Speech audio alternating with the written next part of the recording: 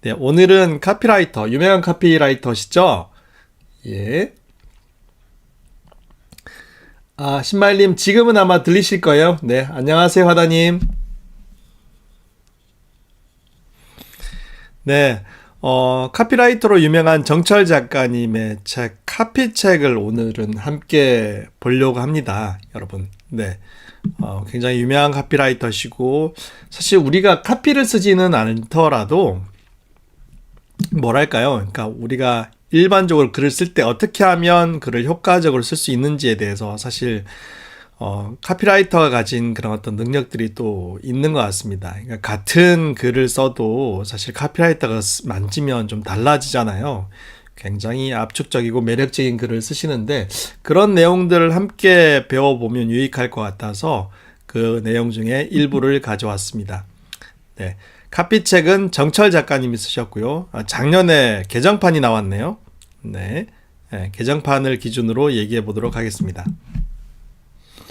자, 바로 본론으로 들어가겠습니다. 네, 바른심표님 안녕하세요. 바로 본론으로 들어가 보면 여러분, 제가 그 무라카미 하루키를 비롯해서 여러 번 구체적인 글쓰기에 대해서 여러분들께 말씀을 드렸습니다. 그게 뭐냐면요. 이 카피에도 그대로 드러나는데요. 잘생겼다라고 쓰는 것보다는 강동원 동생일 거야 라고 쓰는 게 좋습니다. 많다라고 쓰는 것보다는 36만 7,800개라고 쓰는 게 훨씬 더 전달력이 좋죠. 꼼꼼하다 보다는 손톱 10개 깎는데 꼬박 20분을 투자한다라고 쓰는 게 훨씬 구체적으로 다가옵니다. 늘 느끼는 거지만 같은 글이라도 얼마나 구체적으로 쓰는가에 따라서 그 글의 어떤 생동감, 생생함이 사실 남다르죠. 역시 카피라이터라서 생각하는 게 다르신 것 같은데요. 이런 원리는 일반 글뿐만 아니라 카피라이터 쓰는데도 아마 그대로 적용이 되는 것 같습니다. 여러분, 그냥 잘생겼다 보다는 강동원 동생일 거야 라는 말이 훨씬 더 와닿죠. 네, 그래서 정철 작가는 이렇게 얘기합니다. 이렇게 쓰십시오. 이렇게 구체적으로 쓰십시오. 막연한 카피, 추상적인 카피, 관념적인 카피와 멀어지려고 애쓰십시오. 이거는 카피뿐만 아니라 글도 똑같다고 생각합니다. 구체적인 카피는, 그러니까 구체적인 글은 머릿속에 그림을 그려줍니다. 머릿속에 그림이 그려진다는 건 사진 한 장을 찰칵 찍어 카피와 함께 머릿속에 배달한다는 뜻입니다. 그만큼 더 생생하게, 더 강렬하게, 더 오래 기억에 남게 메시지를 전달할 수 있다는 뜻입니다. 당연히 카피에 힘이 붙겠지요. 그래도 힘이 붙는 거는 당연합니다. 두 번째, 서울보다 훨씬 저렴한 파격 분양가. 이 카피 어떠신가요? 뭐 일반적으로 우리가 많이 접하는 카피죠. 물론 소비자 이익을 앞세웠으니 말도 안 되는 카피를 할 수는 없습니다. 하지만 이건 카피라기보다는 콘셉트에 가깝습니다. 그림이 잘 그려지지도 않습니다. 내가 소비자 머릿속에 그림을 그려주려고 쓴 카피 한 줄과 비교해 보십시오. 용인에 집 사고 남는 돈으로 아내 새 차 뽑았다. 여러분 어떠신가요? 예. 서울보다 훨씬 저렴하다는 그런 어떤 내용을 굉장히 구체적으로 전달할 수 있죠. 네. 이런 게 카피의 힘이고 이런 게 구체적으로 잘 쓴 글의 힘이 아닌가 싶습니다. 이 글은 또 어떨까요? 연필 있으세요? 지금 가장 싫어하는 사람의 이름을 쓰세요. 쓰셨나요? 이제 연필을 내려놓고 지우개를 드세요. 지우개로 방금 쓴 이름을 지우세요. 깨끗이. 지우개똥은 훅 불어 날려버리세요. 다시 연필을 드세요. 이번엔 5년 전쯤 가장 싫어했던 사람의 이름을 쓰세요. 쓰셨나요? 조금 전 지운 이름과 같은 이름인가요? 아마 다른 이름일 것입니다. 그렇습니다. 시간이 지우개입니다.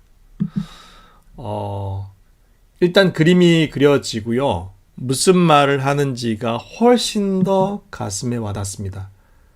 지금 힘든 사람, 그냥 무시해버려, 잊어버려, 라고 얘기하는 것과 이렇게 지우개 이야기를 통해서 언젠가는 이런 아픈 기억들, 힘든 기억들이 지나갈 거라는 글의 내용을 이렇게 전달할 수도 있네요. 이 또한 지나가리라 하는 얘기입니다. 글은 이렇게 자근자근 써야 합니다. 상대와 눈을 맞추며 대화하듯 써야 합니다. 나 혼자 주장하는 게 아니라 내 앞에 앉은 사람에게 묻고 동의를 구하며 이야기를 풀어가야 합니다. 상대가 일방적인 청재가 아니라는 느낌, 대화에 자신도 참여하고 있다는 느낌이 들도록 써야 합니다. 그래서 글을 쓸 때 결국은 불특정 다수에게 쓰는 게 아니라 특정한 한 대상을 떠올리고 쓰면 훨씬 더 전달력 좋고 공감할 수 있는, 교감할 수 있는 글을 쓸 수 있다는 걸 다시 한번 확인하게 되는 것 같습니다. 대중에게 이야기, 또 다른 내용인데요, 여러분. 대중에게 이야기하지 말고 한 사람에게 이야기하십시오. 주장하지 말고 대화하십시오.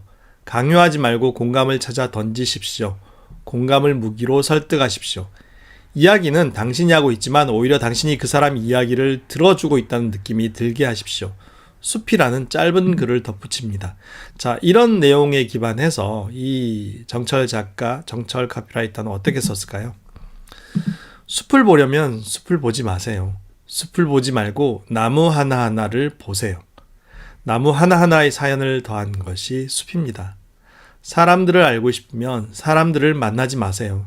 사람들을 만나지 말고 한 사람 한 사람을 만나세요. 굉장히 마음에 와닿는 글이네요. 사람들을 알고 싶으면 사람을 만나지 말라고 합니다. 그런 일반 불특정 다수의 사람 말고 진짜 한 사람을 최선을 다해 만나라는 메시지인 것 같습니다. 여러분은 어떠신가요? 자, 다섯 번째를 한번 보겠습니다. 자, 1년에 뺑소니 사고가 무려 23,410건이나 된다는 사실을 아십니까? 자동차 보험 광고 헤드라인입니다. 깁니다. 맛도 없습니다. 서브헤드를 활용하여 헤드라인을 짧게 만들고 싶습니다. 적어도 다음 세 가지 헤드라인이 나올 수 있습니다. 당신은 어떤 헤드라인을 사고 싶습니까? 되게 궁금한데요. 어떻게 고쳤을까요?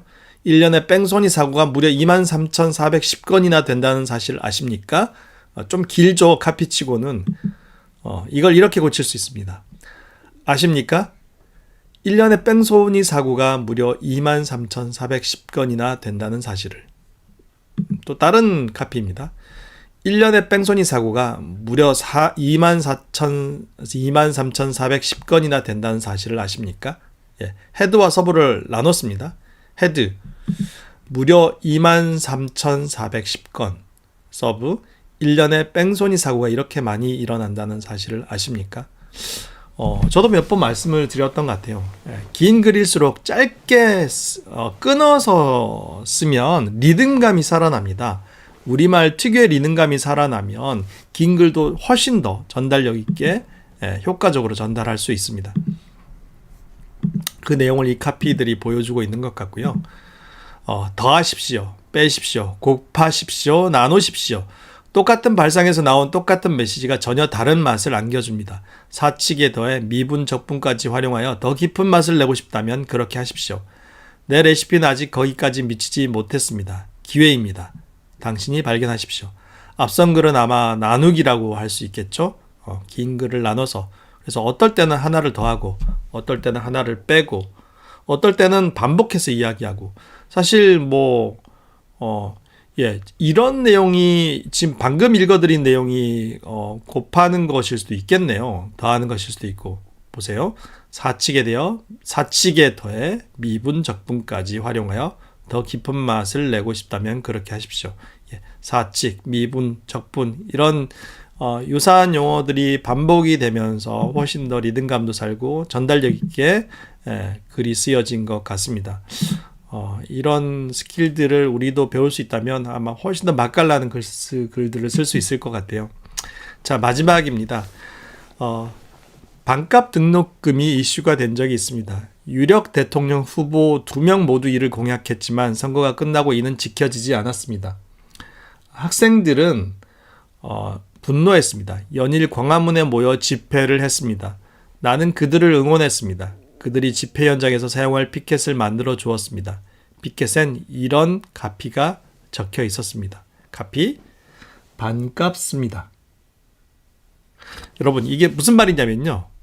반값이 아니라 반갑습니다와 반값을 섞은 겁니다. 말장난입니다. 반값 대신 반값이라는 말을 교체 투입한 말장난입니다. 여기에서 핵심은 단어의 일부를 그것과 비슷한 녀석으로 교체한다는 것입니다. 그래야 장난하는 사람, 장난을 구경하는 사람 모두에게 재미있는 장난이 됩니다. 여러분 이해하셨죠? 예. 집회 현장에서 반갑습니다라는 말을 반갑습니다라고 하면서 반값을 다시 한번 강조하고 있죠. 그래서 반갑습니다라는 의미와 반값의 등록금을 합쳐서 동시에 전달하는 굉장히 재미있는 말장난인데 어떻게 이런 걸 우리가 센스 있다고 해야 될까요? 예, 위트 있다고 해야 될까요? 이런 식으로 기존의 말들을 사실 이제 말장난이라고 할 수 있는데 이런 것들이 때로는 훨씬 더 뭐랄까요? 재미있고 전달력이 좋을 때도 있는 것 같습니다. 앞서 말씀드린 카피가 약간 정석이라면 이거는 뭐랄까요? 약간 쉬어가기 식으로 이렇게도 말장난을 통해서도 사람들에게 의미를 전달할 수 있다. 결국 글이라고 하는 것들은 사람들에게 내 의견을 전달하는 건데 그걸 전할 때는 이런 어떤 파격이라기보다는 약간 문법에 맞지 않는 내용이라도 도전하는 모습들이 굉장히 인상적이어서 여러분들께 소개를 드렸습니다. 자, 이 외에도 카피책에는 굉장히 재미있는 내용들이 많이 있습니다. 네. 저는 이 우리가 카피를 쓸 일이 많지 않더라도, 물론 마케터들은 이런 카피를 날마다 써야 되지만, 보통 에세이를 쓰는 사람들에게도 힌트가 될 만한 내용들이 너무 많아서, 이 책만큼 여러분들께 강추드리고 싶습니다. 두었다가 그때그때 아무 페이지나 열어서 읽더라도 우리말을 어떻게 다룰지에 대한 굉장히 인사이트 넘치고 센스 넘치고 또 때로는 놀라운 표현들이 하나가득 하니까 여러분들 이 책은 사두시고 그때그때 뭔가 막힐 때마다 한 번씩 열어보셔도 굉장히 큰 도움이 되실 것 같아요. 좋은 책은 10년 이상 이렇게 사랑받을 수 있는 것 같습니다. 굉장히 많은 영감을 준 책이었고 저도 한 권 사서 수시로 열어보려고 합니다.